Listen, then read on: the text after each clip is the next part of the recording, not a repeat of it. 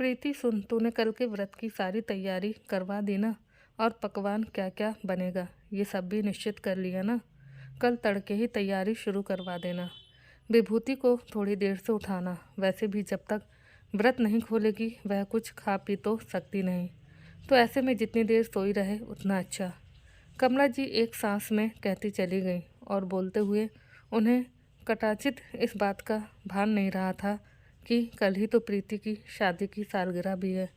कितना चाव है प्रीति को सजने संवरने का और कितने मन से सजती संवरती है इस दिन, पर इस साल जो वीरानी आई है प्रीति की ज़िंदगी में उसका दर्द क्या कमला जी नहीं समझ पा रही हैं?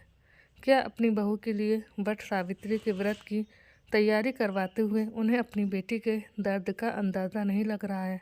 आखिर एक माँ इतनी हृदयहीन कैसे हो सकती है? प्रीति के मन में ये सवाल तब आया जब माँ ने उसे विभूति के लिए लाई साड़ी दिखाते हुए कहा, ये रंग बहू पर खूब खिलेगा। एक तो वह साफ रंग की ठहरी और दूजे वह नई तो नौतर है और उसकी पहली व्रत सावित्री पूजा है, तो थोड़ा अच्छे से करना सब। तुम ही हमरी हरी वाली पहन लेना। नई नहीं है तो क्या, कुल मिलाकर हमने 2 बार ही तो पहनी है। अब इस साल तुम सुहागिन नहीं रही, नहीं तो तुम्हारे लिए भी कोई लाल नारंगी साड़ी लाते। अब तुम्हारा ऐसा दुर्भाग्य का दिन आया तो क्या कहें। इधर कमला जी कहे जा रही थी इस बात को किंचित बेखबर की उधर प्रीति के दिल पर क्या गुजर रही होगी। तभी विभूति आई और खुश होकर अपने मेहंदी लगे हाथ दिखाते हुए बोली, ये देखिए माँ जी, मेरे हाथ की मेहंदी कैसी रची है। उसे देखकर कमला जी बलैया लेते हुए बोली। प्रीति का मन रोने को कर रहा था और वह कहना चाह रही थी कि माँ, मुझे ये सब तैयारी करना अच्छा नहीं लग रहा है। तभी कमला जी ने एक ऐसा शगुफा छोड़ा कि प्रीति से एकदम बर्दाश्त नहीं हुआ। एक बात तो अच्छी हुई प्रीति की, तेरी शादी और तेरे तलाक से मुझे एक बात तो समझ में आ गई कि नई बहू को कैसे रखना चाहिए। तेरी सास तुझसे जो बुरा व्यवहार करती थी उससे सीख लेकर मैं भी बहू के साथ ऐसा व्यवहार नहीं करूँगी। मैं तो अपनी बहू से बहुत ही अच्छा व्यवहार कर रही हूँ ताकि उसको चोट न पहुँचे। तेरे उदाहरण से ये तो अच्छी तरह समझ गई हूँ कि एक बहू को क्या चाहिए और उसे अपनी सास से क्या उम्मीद रहती है। इसलिए मैं अपनी बहू के साथ कोई गलती नहीं करूँगी ताकि मेरी बहू भी तुम्हारी तरह कहीं तलाक न ले ले। माँ, आप शायद भूल रही हैं कि मैं तलाक नहीं लेना चाहती थी, बल्कि मैं चाहती थी कि आप लोग जोगिंदर और उसके परिवार वालों को समझाएं। लेकिन आपने और पापा जी ने मिलकर मेरा ज़बरदस्ती जोगिंदर से तलाक करवा दिया है।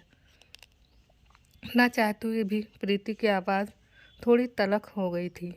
आंखों में आंसू भरे हुए थे और होठ कपकपा रहे थे, लेकिन आज उससे बोले बिना नहीं रहा गया।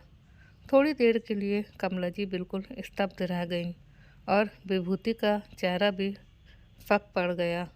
फिर कमला जी ने बहू की उपस्थिति का भान किया तो थोड़ा संभल कर बोली, ये तुम क्या कह रही हो प्रीति? तुम ही तो वहाँ पर परेशान थी। उन लोगों ने तुम्हारा जीना हराम कर दिया था। आए दिन तुम्हारी सास तुम्हें ताने दिया करती थी और जोगिंदर का व्यवहार भी तुम्हारे प्रति अच्छा नहीं था, इसलिए वो तुम्हारा भाई जाकर तुम्हें ससुराल से ले आया था। और जब उन लोगों ने कोई खोज खबर नहीं ली तो हमें उन पर केस करना पड़ा। लेकिन माँ, कोई और रास्ता भी तो हो सकता था। हमारे रिश्ते का अंत करने के लिए आर या पार ही क्यों सोचा आप लोगों ने? बोलकर प्रीति सिसकने लगी। अब तक कमला जी को प्रीति पर बहुत गुस्सा आ रहा था, लेकिन अब कमला जी को अपनी बेटी पर थोड़ी दया आ गई। मत रो मेरी बच्ची, अब जो हो गया सो हो गया। अब हम क्या करें? तेरा तलाक तो हो गया, पर बेटा तुमने आज के पहले कभी अपना दर्द नहीं बताया और तुम जिस तरह से हमेशा खुश रहती थी और जोगिंदर से अलग होने के बाद कितनी बार तुमने कहा कि अच्छा हुआ तलाक हो गया, तो हमें लगा कि तुम खुश हो। और इसके अलावा तुम्हें जोगिंदर को कभी याद करते हुए भी हमने नहीं देखा। कमला जी के पास उनका अपना तर्क था और प्रीति के पास उसका अपना दर्द था। उस वक्त प्रीति चुप रह गई और रोते रोते अपने कमरे में चली गई। कदाचित वह नहीं जानती थी, चाहती थी कि उसकी भाभी के सामने उसकी असफल शादीशुदा जिंदगी की बखियां उधेड़ दी जाए। पर प्रीति की बात सुनकर कमला जी एकदम स्तब्ध रह गई थी।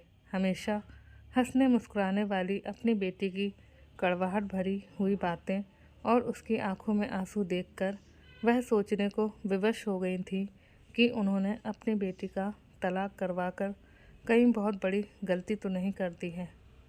अभी जोगिंदर और प्रीति के तलाक की आखिरी हियरिंग बची हुई थी।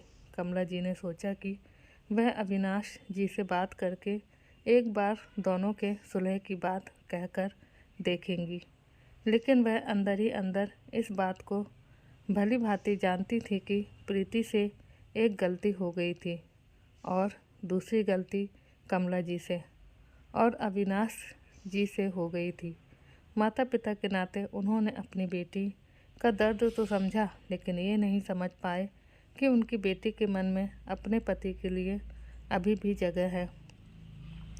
दरअसल कमला जी और अविनाश जी के 2 संतान थे, बेटा विजय और बेटी प्रीति। प्रीति पढ़ी लिखी थी और जब उसने एमए कर लिया तब उन्होंने एक रिश्तेदार के मार्फत आए रिश्ते के लिए हाँ कह दी थी और जो रिश्तेदार ये रिश्ता लेकर आए थे वह कमला जी के भाई अनिल थे। इसलिए उन लोगों ने ज़्यादा छानबीन भी नहीं की थी। हालांकि प्रीति के ससुर एक रिटायर्ड अफसर थे और उनका बड़ा बेटा जोगिंदर और पीछे 2 छोटी बहनें नीला और सुशीला थीं। प्रीति की सास उषा जी दबंग और बदमाश महिला थीं, जिन्होंने अपने बेटे की शादी सिर्फ दहेज के लिए की थी और प्रीति का पढ़ा लिखा और तरीकेदार होना उन्हें बहुत ही अखरता था। शादी के बाद प्रीति कई तरह से उस घर में सब पर भारी पड़ रही थी। एक तो वह देखने में भी उनकी दोनों बेटियों से सुंदर थी और पढ़ी लिखी भी थी, तो जो भी उनके घर आता वो उषा जी को यही कहता कि आप लोग बहुत भाग्यशाली हो जो इतनी अच्छी बहू मिली है। बदले में उषा जी मुंह पिचकाकर यही कहती थी कि हाँ, देखने में तो सुंदर है और पढ़ी लिखी भी है, लेकिन घर का कामकाज कुछ नहीं आता और बेसउर भी है। इसके साथ ही वह ये भी जोड़ देती थी कि इसे तो घर का कोई काम नहीं आता और ना ही कुछ दान दहेज लाई है। बहू के माँ बाप तो इसके एकदम कंजूस हैं। प्रीति की सास के ऐसा कहने से रिश्तेदारों का नज़रिया प्रीति के प्रति बदल जाता था और वह उसे बहुत ही है दृष्टि से देखने लग जाते थे। अब जब दोनों नंदे भी प्रीति के प्रति ईर्ष्या की भावना रखने लगी थीं, बात बात पर प्रीति को ताने देना, उसे नीचा दिखाना और उसके काम को गलत बता देना तो दोनों बहनों का रोज का काम हो गया था। और उसके बाद बेटियों के साथ उषा जी भी बेटियों का साथ देती थी और वह चाहती थी कि कैसे भी करके प्रीति ये घर छोड़कर चली जाए। उन्हीं दिनों प्रीति ने गौर किया कि प्रीति के घर के बगल में भी एक महिला थी, रमाबैन, जिसकी बहू अमला को वह बहुत सताती थी। अमला बड़े घर की इकलौती बेटी थी। वह सास के ताने उल्हाने न सह सकी और पति का भी साथ न देने की वजह से वह बहुत टूट गई और एक दिन उसके पिता उसे आकर ले गए और अपने पीछे दहेज का सारा सामान छोड़कर चली गई थी। इससे उषा जी को भी एक आइडिया मिल गया और उस दिन के बाद से वह भी प्रीति को और भी ज़्यादा सताने लगी थी ताकि प्रीति भी घर छोड़कर चली जाए और सारा सामान हथिया कर वह अपनी दोनों बेटियों की शादी करवा दें। यहाँ दोनों परिवारों में एक ही अंतर था कि प्रीति बहुत सहनशील भी थी और समझदार भी। वह बहुत कोशिश कर रही थी कि ये रिश्ता न टूटे। हालांकि जोगिंदर माँ के सामने तो कुछ नहीं कहता था, लेकिन अकेले में उसके जख्मों पर मरहम लगाता और उसे बहुत प्यार करता था और ये भी कहता था कि उसे बचपन से माँ ने बहुत दबाकर पाला गया है, इसलिए वह आवाज़ नहीं उठा पा रहा है। इस पर प्रीति अपने पति के गले लगकर बोली, कोई बात नहीं, अब बस आप मेरा साथ देना और आप कभी कभी जब अम्मा जी और दीदी जी मुझे बहुत परेशान करती हैं तब उन्हें बोलना कि मुझे इतना ना सताया करें। मैं आपको बहुत प्यार करती हूँ, इसलिए ये घर छोड़कर नहीं जाना चाहती, और मैं कभी नहीं चाहती हूँ कि मेरा ये घर टूटे। इस पर जोगिंदर ने भावुक होकर प्रीति को गले लगा लिया था और उसके माथे पर चुम्बन अंकित करते हुए बोला, मैं तुम्हारा हमेशा साथ दूंगा। उस दिन सुबह प्रीति के चेहरे पर मुस्कुराहट थी और वह बार बार कनखियों से जोगिंदर को देखती थी और जोगिंदर भी उसकी नज़र से निहाल हो जाता था। ये बात चुपके से उषा जी ने गौर की। और सबसे बड़ा बम तो जब टूटा, जब जोगिंदर और प्रीति में थोड़ा थोड़ा भावनाओं का आदान प्रदान होना शुरू हो गया था, और ये बात उसकी खड़ूस सास उषा जी से छिपी नहीं रही। और अब उन्होंने एक ऐसा दृश्य देखा कि उषा जी के सामने ही कोई बम फटा हो। जोगिंदर ने नाश्ता करते हुए पराठे का एक टुकड़ा जब प्रीति के मुंह में खिलाया, तब ये देखकर सब अवाक रह गए और उषा जी के अंदर आग, जलन की आग भड़क उठी। वह तुरंत नाश्ते की टेबल से उठ गई और उनके पीछे पीछे दोनों बेटियां नीलिम और सुशीला भी उनके कमरे में चली गईं।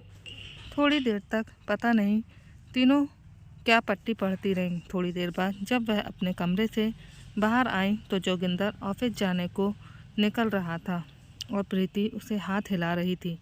ये सब देखकर किसी तरह उषा जी ने अपने आप को चुप किया और दोनों बेटियों को चुप रहने का इशारा किया।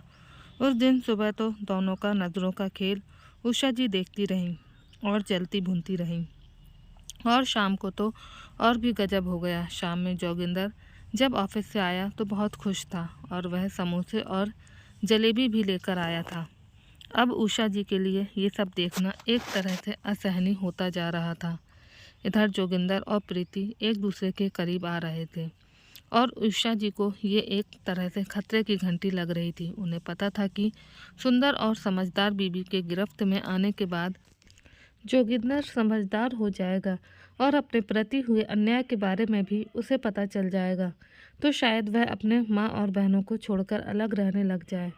वह किसी तरह ये योजना बनाने लगी थी कि ऐसा क्या करे कि जोगिंदर की नज़रों में प्रीति गिर जाए और उन्हें बहुत जल्द ही मौका मिल भी जाता। पर हो कुछ और गया।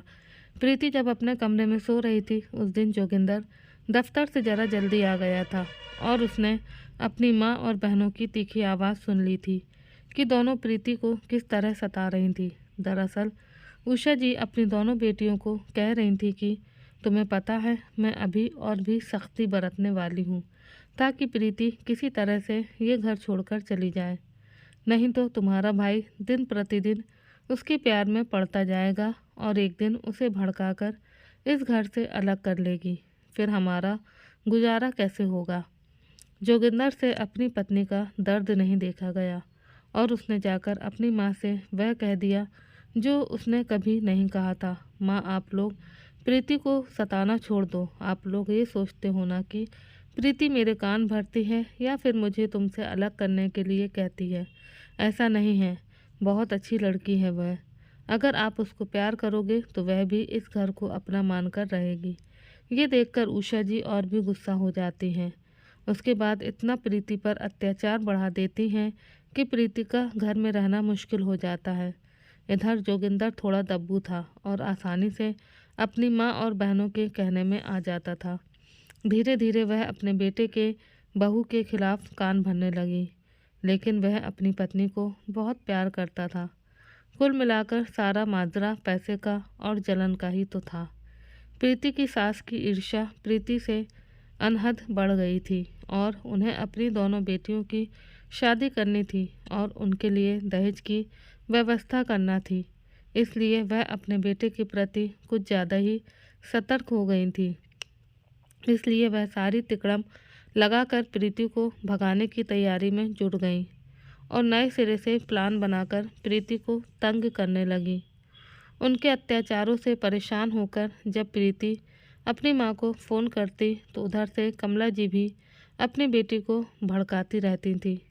इससे प्रीति के मन में अपनी सास, ननंद और ससुराल के प्रति बेमंस बढ़ने लगा था। प्रीति जोगिंदर को अपने मन की बात बताना चाहती थी। एक दो बार उसने कहा भी कि उसकी माँ और बहनें उसे बहुत परेशान करते हैं। जोगिंदर जब प्रीति के पास रहता तो उसकी बात मानता, सुनता, समझता और उसे आश्वासन देता कि वह इस बाबत ज़रूर अपनी माँ से बात करेगा। लेकिन अपनी माँ और बहनों के सामने उसकी हिम्मत जवाब दे जाती थी। इधर जब तक जोगिंदर प्रीति के पास रहता वह उसके सामने सास और ननद की बुराई करती, और उधर जब जोगिंदर माँ के पास जाता तो माँ और बहनें उसे प्रीति के खिलाफ भड़काती थीं। इससे जोगिंदर कृतकृत्यविम्ब मूड होकर बहुत कंफ्यूज रहने लगा था। धीरे धीरे जोगिंदर ने भी प्रीति से बातें करना कम कर दिया, क्योंकि वह हमेशा शिकायत करती थी, और उधर प्रीति से बात करने से उसकी माँ और बहन भी उससे नाराज़ रहती थी। पति की बेरुखी से प्रीति टूटती जा रही थी, और सास ननद भी ये बात अच्छी तरह महसूस कर रही थी कि अब जोगिंदर प्रीति को पहले की तरह प्यार नहीं करता है, और ना ही उसकी बात सुनता है, और ना ही दोनों हाथों में हाथ डालकर बाहर घूमने जाते।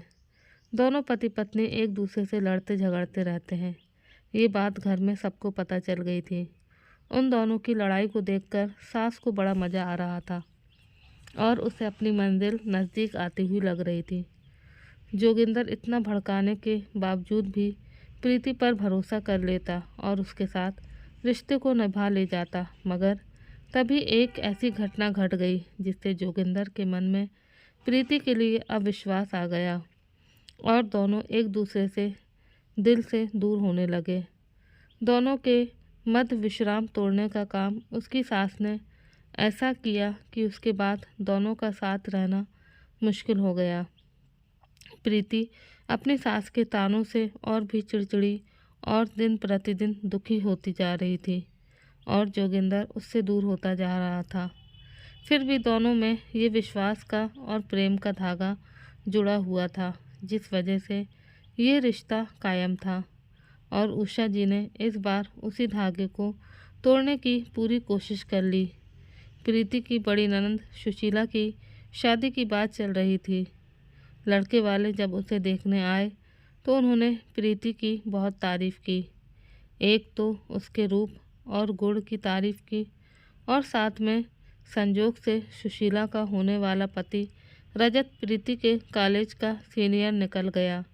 देखने में हैंडसम और सलीकेदार रजत प्रीति को यहाँ पर देखकर चौंक गया, और फिर उसने सबको बताया कि वह प्रीति के कॉलेज में सीनियर हुआ करता था।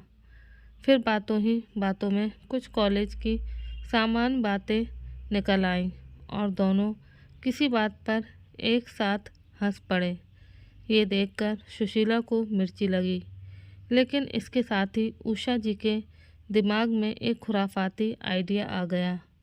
वैसे भी उषा जी किसी भी तरीके से प्रीति को नीचा दिखाना चाहती थी, और आज उन्हें ऐसा मौका मिल गया, और उन्हें ये भी पता था कि ऐसे मौक़ों का फ़ायदा किस तरह उठाया जा सकता है। उस दिन तो मेहमानों के जाने के बाद उषा जी ने सिर्फ अपनी बेटी सुशीला को भड़काया, ये कहकर कि देखा नहीं आज अपनी भाभी के लक्षण, तेरी भाभी कैसे तेरे होने वाले पति से हंस हंस कर बात कर रही थी, ये कोई भले घर की बहू का लक्षण है। वैसे बात तो बिल्कुल मामूली सी थी, पर उषा जी ने जिस ढंग से इस बात को सबके सामने रखा उससे सबका ध्यान प्रीति पर चला गया, और जोगिंदर ने भी अचानक याद करने की कोशिश की तो याद आया कि प्रीति और रजत कुछ बात तो कर रहे थे। रजत प्रीति का सीनियर था, ये बात भी जोगिंदर ने सुनी थी। वैसे कहना ना होगा कि रजत जोगिंदर से ज़्यादा हैंडसम था, और चूंकि प्रीति उसे पहले से जानती थी तो दोनों ने कुछ देर हंसकर बात भी कर ली थी। इसलिए जोगिंदर के मन में उतना ज़्यादा बुरा ख्याल तो नहीं आया। उस वक्त तो उसे प्रीति पर सिर्फ गुस्सा आया, और रजत पर भी नाराज़गी थी। उस शाम को प्रीति ने जोगिंदर से कुछ पूछने की कोशिश की तो उसने बड़ी ही रुखाई से जवाब दिया, जिसे देखकर उषा जी बहुत खुश हो गई कि दोनों पति पत्नी में अभी भी तनाव बाकी है। बस उन्होंने इस मौके का एकदम ज़बरदस्त फ़ायदा उठाया। अब इसे संजोग कहें या कुसंजोग, ऐसा हुआ कि रजत की तरफ से सुशीला के रिश्ते के लिए ना आ गई। इस बात से पूरे घर में मातम सा छा गया। सब बहुत दुखी हो गए। सुशीला ने तो रो रो कर पैर पटकना ही शुरू कर दिया और खुद को कमरे में बंद कर लिया। घर का ऐसा गमगीन वातावरण देखकर जोगिंदर को भी बहुत दुख हो रहा था। उसे बहुत गुस्सा भी आ रहा था। वह सोच रहा था कि जाकर रजत से पूछे कि उसने उसकी बहन का दिल क्यों दुखाया। रजत चुपचाप अपने कमरे में के टेरेस पर खड़ा था कि तभी उषा जी उसके पास आईं और उसके कंधे पर हाथ रख कर बोली, सुशीला का रिश्ता टूट गया बेटा। वे बहुत दुखी है और मेरा मन को भी बहुत बुरा लग रहा है, लेकिन मैं समझ नहीं पा रही हूँ कि ऐसा क्यों हुआ। रजत और नीतू जी ने सुशीला की फ़ोटो देखकर उसे पसंद किया था। उसे पसंद आ भी गई थी जब तक कि इतना कहकर उषा जी ने जानबूझकर अपनी बात अधूरी छोड़ी। जोगिंदर ने अपनी माँ की तरफ देखा और उसे भी आश्चर्य हुआ कि आखिर माँ ऐसा क्या कहना चाह रही हैं। इसलिए उसने अपनी बात पर जोर देकर बोला, क्या बात है माँ, खुलकर बताओ ना। रजत ने सुशीला से रिश्ते के लिए क्यों मना कर दिया। जोगिंदर की जिज्ञासा और उत्कंठा को और बढ़ाते हुए उषा जी ने बड़े ही धीमे स्वर में और भेद भरे स्वर में कहा, मुझे लगता है कि तुम्हारी पत्नी प्रीति का कॉलेज के समय में रजत के साथ कोई चक्कर चल रहा था। देखा नहीं आज दोनों एक दूसरे से कितने हंस हंस कर बात कर रहे थे। और रजत को तो सुशीला पसंद आ गई थी, लेकिन प्रीति ने आकर सब गड़बड़ कर दिया। देखो बेटा, हो ना हो प्रीति ने ही उसे फ़ोन करके मना कर दिया होगा कि वह सुशीला से रिश्ते के लिए मना कर दे, क्योंकि एक तो वह अपनी किसी ननंद को पसंद नहीं करती और दूसरा वह क्यों चाहेगी कि उसके प्रेमी की शादी उसकी ननंद से हो। उषा जी ने तो अपनी ईर्ष्या और जलन की बातें कह दी और इधर जोगिंदर के कान में लग रहा था कोई पिघला शीशा उंडेल रहा है। आज तक भले वह प्रीति आपस में लड़ते झगड़ते थे, लेकिन जोगिंदर को प्रीति पर विश्वास था। अपनी पत्नी के प्रेम प्रसंग के बारे में सुनकर जोगिंदर का दिमाग भन्ना गया। जोगिंदर को अचानक से प्रीति बेवफा लगने लगी और उसके मन में उसके लिए गुस्सा ही गुस्सा आ गया। उसने गुस्से से उषा जी को सिर्फ इतना ही कहा, अगर ये बात सच है माँ, तब तो मैं प्रीति को कभी माफ़ नहीं करूँगा। उसने मेरी बहन का घर बसने से पहले उजाड़ दिया। ये उसने अच्छा नहीं किया माँ। और ज़रा सोचो सुशीला को कितनी तकलीफ़ हो रही होगी। मैं अपनी बहन को दर्द में नहीं देख सकता। उषा जी एक बेहद चालाक महिला थी। उन्होंने देख लिया कि अभी लोहा गर्म है, इसी समय चोट करना सही रहेगा। इसलिए उन्होंने फटाफट जोगिंदर के कान भर डाले, बस बेटा, तू अपनी बहन को दर्द में नहीं देख सकता ना, तो एक बार प्रीति के भाई को भी ये दर्द देखने दे कि जब बहन का रिश्ता टूटता है तो कैसा लगता है। पर माँ, मेरी नाराज़गी तो प्रीति से है, उसके भाई से नहीं।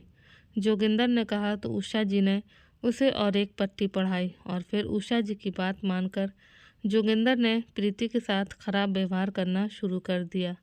तंग आकर प्रीति रोज़ अपने मायके फ़ोन करती तो वहाँ से भी कमला जी उसे यही कहते कि सबको छोड़कर चलिया, तभी इनका दिमाग ठिकाने आएगा। क्योंकि जोगिंदर के मन में प्रीति के लिए विश्वास तो था, पर प्रीति भी उससे चिढ़कर रहने लगी थी।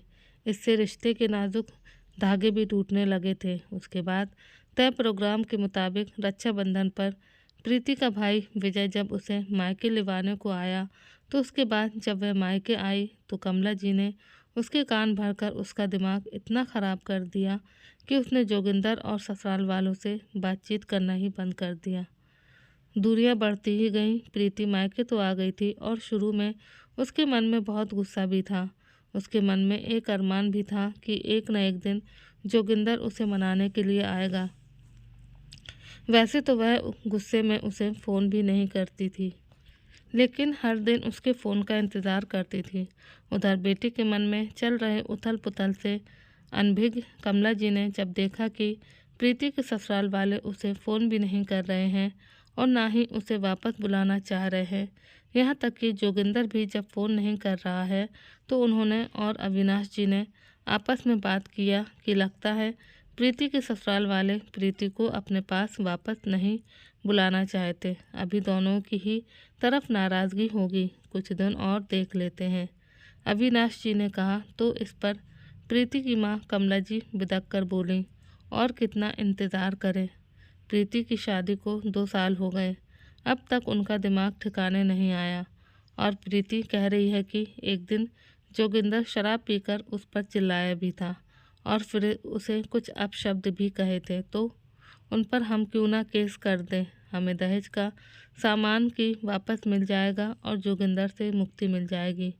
हालांकि अविनाश जी बेटी को दोबारा भेजकर या जोगिंदर को बुलाकर समझाना चाहते थे, लेकिन कमला जी ने साफ मना कर दिया, ये कहकर कि अब इस रिश्ते में कोई गुंजाइश नहीं बची है, सो अब प्रीति को मुक्ति दिलाना ही सही रहेगा।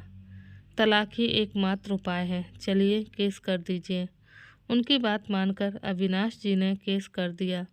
इस केस के परिणाम से अनभिज्ञ प्रीति सोच रही थी कि शायद इस धमकी से डरकर जोगिंदर उसके पास माफ़ी मांगने आएगा और उसके ससुराल वाले सुधर जाएंगे और उसे वापस अपने पास बुला लेंगे, पर ऐसा कुछ नहीं हुआ, क्योंकि उधर उषा जी बिल्कुल नहीं चाहती थी कि प्रीति वापस आए। केस के बारे में प्रीति को उतनी जानकारी नहीं थी और वह ये भूल गई थी कि एक बार केस करने के बाद दोबारा पैचअप होना मुश्किल होता है। उधर जोगिंदर को इस बात की नाराज़गी थी कि प्रीति तो कुछ दिन के लिए मायके गई थी और जाने से पहले उसने कुछ कहा भी नहीं और चुपचाप चली भी गई और वहाँ से उसने केस कर दिया।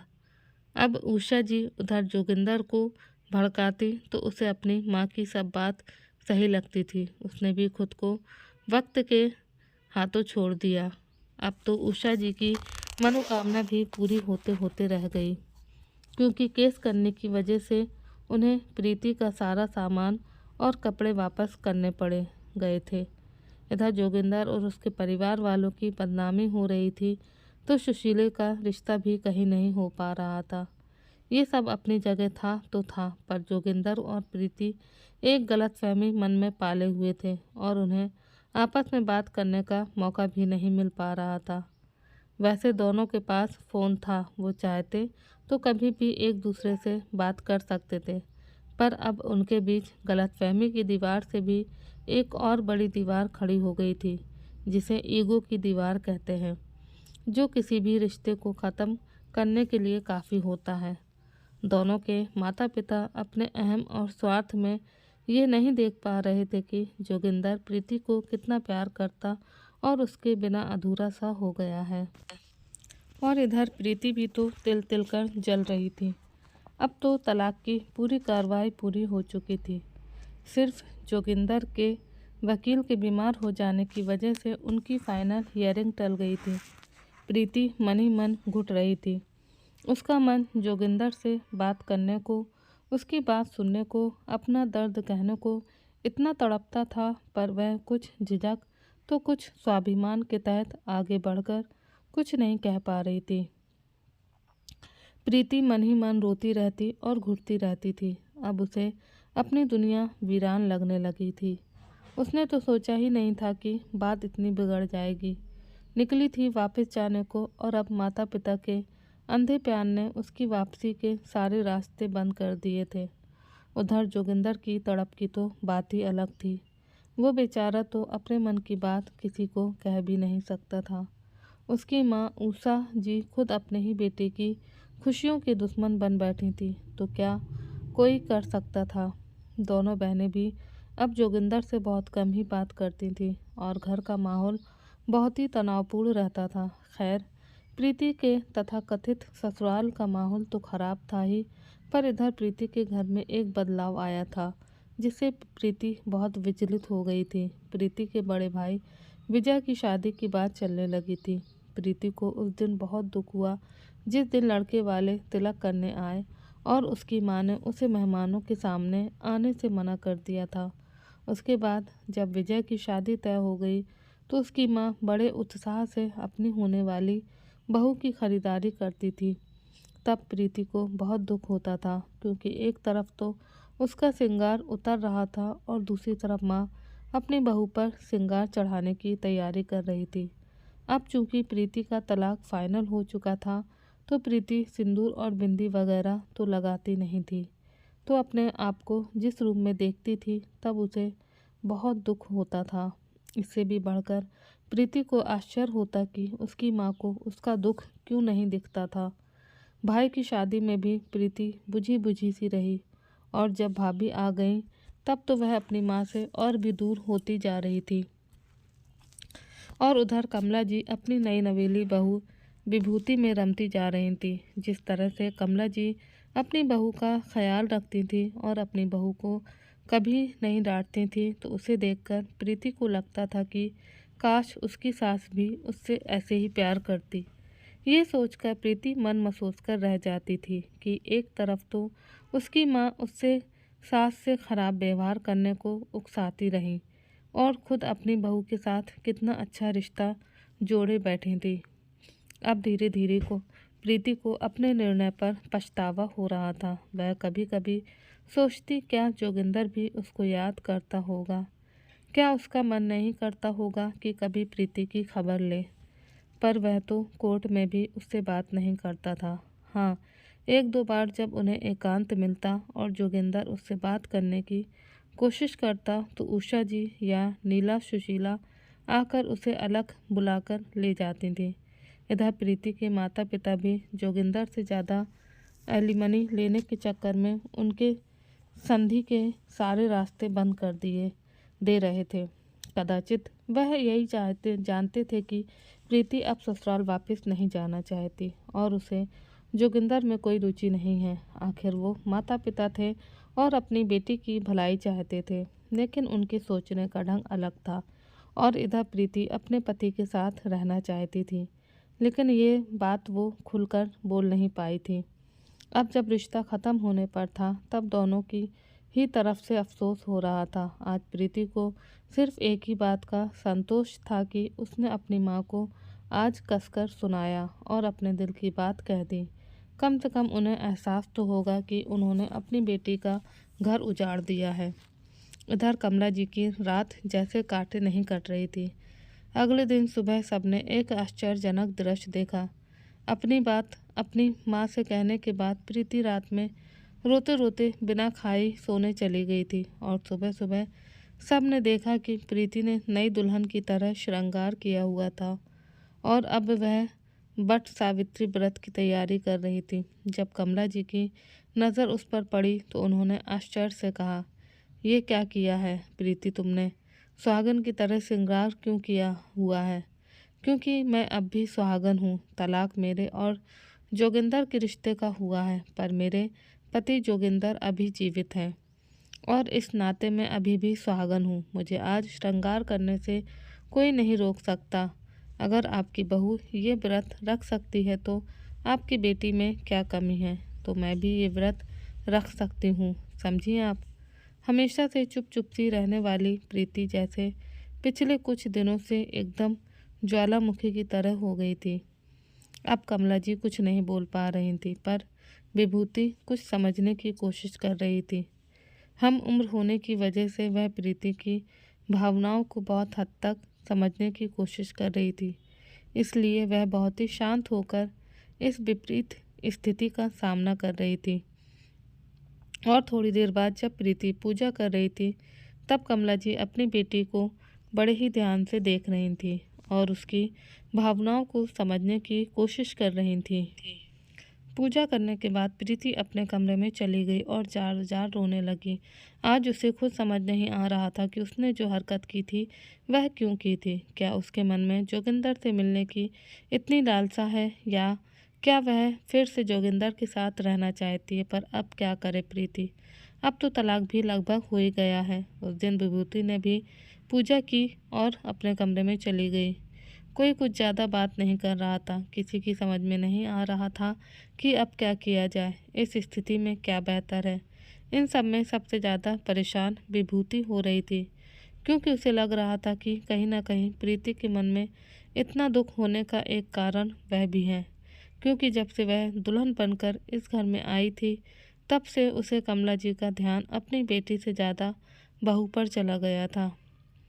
विभूति के ऐसा सोचने के पीछे एक कारण ये भी था कि इन दिनों बार बार प्रीति अपनी माँ को यही कहती रहती थी कि आप अपनी बहू पर ज़्यादा ध्यान दे रही हैं, बेटी पर नहीं।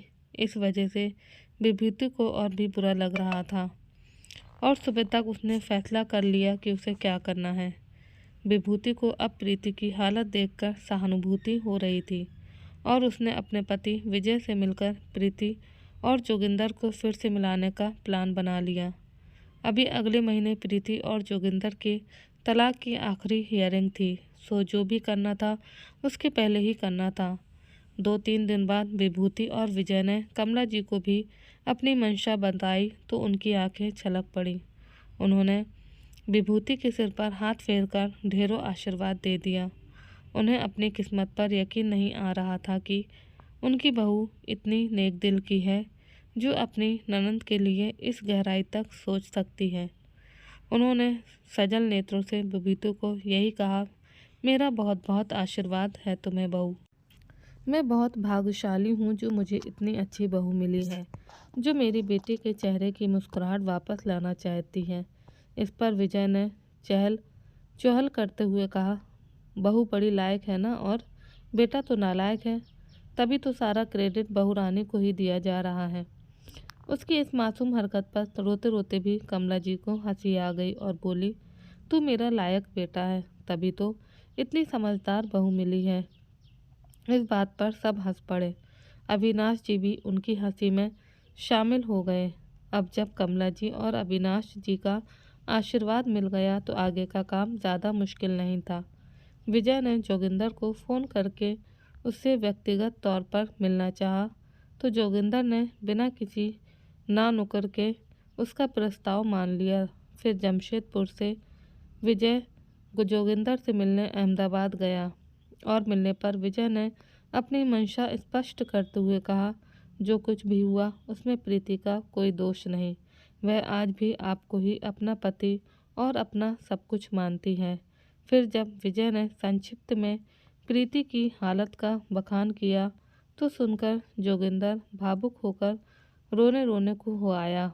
आखिर उसने भी तो प्रीति को मन से पत्नी स्वीकार किया था। उसने कहा, मैं भी प्रीति के बिना खुद को अधूरा समझता हूँ और अब तो घर में भी सब अपनी गलती समझ गए हैं और प्रीति की कमी बहुत महसूस करते हैं। अब कुछ दिनों बाद प्रीति और जोगिंदर के डाइवोर्स के फाइनल हियरिंग से पहले ही प्रीति की विदाई की फाइनल डेट आ चुकी थी और अब प्रीति खुश थी, बहुत खुश। पर कोई था जो प्रीति से भी ज़्यादा खुश था, सबसे ज़्यादा खुश, और वो था जोगिंदर। जो दोनों के बीच गलतफहमी की दीवार ढह चुकी थी और अब आगे के सफ़र में दोनों विश्वास की मजबूत नींव के ऊपर अपना घरौंदा बनाने चले थे। प्रीति की विदाई में आगे बढ़ चढ़कर जो साथ दे रही थी वह थी उसकी प्यारी सी भाभी विभूति। प्रीति मन ही मन अपनी भाभी और भैया की शुक्रगुजार थी जिन्होंने अपनी तरफ से पहल करके एक बार फिर से प्रीति का घर बसा दिया था। अब कमला जी अपने बेटे के दिल का हाल आराम से बड़ी आसानी से पढ़ पाती थी और अब प्रीति को भी अपनी माँ से कोई शिकायत नहीं थी कि वह सगी माँ होकर भी अपनी बेटी का दर्द कैसे नहीं समझ पाई। विभूति ने अपनी नेक नीयत से सबके दिलों के मैल को धोकर रिश्ते के आंगन को अपने प्रेम और प्रयास से लिपक कर एकदम चिकना जो बना दिया था। सच, अगर ननंद भाभी का रिश्ता स्वार्थ से परे सौहार्द से परिपूर्ण हो तो कभी किसी ननंद का घर ना उजड़े और ना ही कोई भाभी खुद को अस्तित्वहीन समझे। अब प्रीति के नहर से ससुराल तक प्रेम और विश्वास की एक ऐसी कड़ी जुड़ गई थी जो सबके दिलों को भी जोड़ गई थी। तो दोस्तों, आपको ये कहानी कैसी लगी कमेंट बॉक्स में अपनी राय ज़रूर दीजिएगा और कहानी अच्छी लगी हो तो वीडियो को लाइक, शेयर और सब्सक्राइब करना ना भूलें। मिलते हैं एक और नई कहानी के साथ। बहुत बहुत आप सबका धन्यवाद।